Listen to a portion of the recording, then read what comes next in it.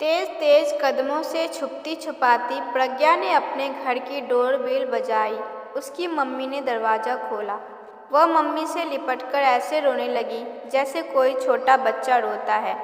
उसे उम्मीद थी कि मम्मी बस उसके आंसू पोंछेगी और बहुत प्यार करेगी, पर मम्मी तो बुत सी बनी रही। उसने ही अलग होते हुए पूछा, क्या हुआ मम्मी?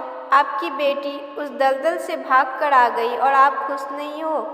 उसकी मम्मी ने पूछा। कहाँ चली गई थी तू? हम सब तेरी तलाश करके थक गए। लोगों को पता नहीं कितना उल्टा सीधा बोलने लगे थे। हमने तो आस ही छोड़ दी थी। प्रज्ञा ने कहा। कॉलेज के पहले दिन मैं घर का रास्ता भूल गई थी और चलते चलते मैं एक सुनसान जगह पहुंच गई। तभी एक गाड़ी बहुत तेजी से मेरे पास आकर रुकी। उसमें से 3-4 आदमी उतरे और उन्होंने ज़बरदस्ती मुझे कुछ सूंघा दिया और गाड़ी में घसीट लिया। मैं बेहोश हो गई और जब होश आई तो अपने को बहुत ही अजीब माहौल में पाया। उन्होंने मेरी बोली लगवाई और मुझे एक आदमी के साथ भेज दिया। उस दिन से मैं एक जिंदा लाश बन गई थी, जिसे रोने का भी हक नहीं था। रोज एक सामान की तरह बेची और खरीदी जाने लगी।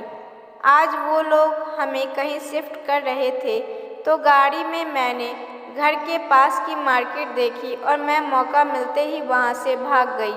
प्रज्ञा की मम्मी ने उसे घृणा भरी निगाह से देखा और कहा, तू 2 महीने से कोठे पर रहकर आई है, तू क्या सोचकर वापस आई है? क्या तुझे लगता है हमारा यह सभ्य समाज तुझे अपना लेगा? मुझे माफ़ कर दे, मैं तुझे नहीं अपना सकती। तेरे यहाँ रहने से हमें रोज़ रोज़ दुनिया के ताने सुनने पड़ेंगे। तेरे भाई की शादी भी नहीं हो पाएगी। प्रज्ञा ने रोते हुए गुस्से में कहा, भाई की शादी?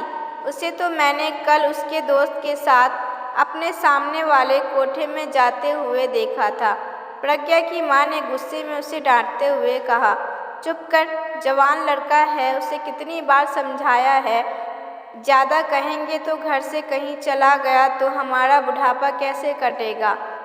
अब तो मानो प्रज्ञा का गुस्सा फूट पड़ा।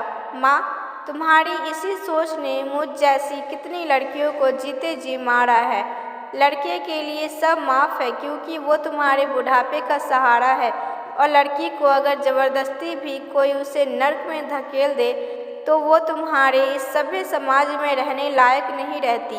मैं भी कोई वैश्या बनकर नहीं पैदा हुई थी। जितने कसूरवार देह व्यापार करने वाले लोग हैं, उतने ही कसूरवार तुम लोग भी हो। अगर उनके पास कोई खरीदार बनकर ही नहीं जाएगा तो वो बेचेंगे कैसे? लड़कियों के साथ जो रोज़ रोज़ बलात्कार होते हैं, वह भी इसलिए कि तुम लोग अपने लड़कों को कोई संस्कार ही नहीं देते। उन्हें इस सोच के साथ बड़ा करते हो कि आगे चलकर वो ही परिवार के कर्ता धर्ता हैं, जिससे उन्हें गलत सही का फ़र्क ही पड़ना बंद हो जाता है। किसी लड़की के साथ कुछ गलत हो जाता है तो तुम कैंडल मार्च निकाल के क्या साबित करते हो?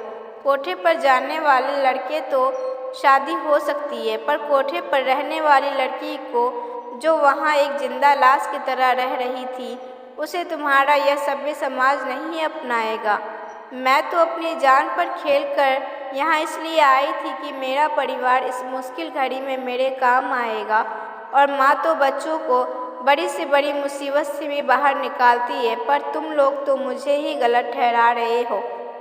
जब तक आसपास थोड़े बहुत से लोग एकत्रित हो चुके थे, प्रज्ञा की माँ और भाई ने उसे माफ़ी मांगी और सब लोगों ने मिलकर कहा, आप लोग घबराइए नहीं, आप लोग अकेले नहीं हैं। प्रज्ञा ने हम सबकी आंखें खोल दी हैं। हम सब मिलकर पुलिस स्टेशन जाएंगे और उन लोगों को पकड़वाने में पुलिस की मदद करेंगे। आज से प्रज्ञा सिर्फ आपकी ही बेटी नहीं, वो हम सबकी भी बेटी है।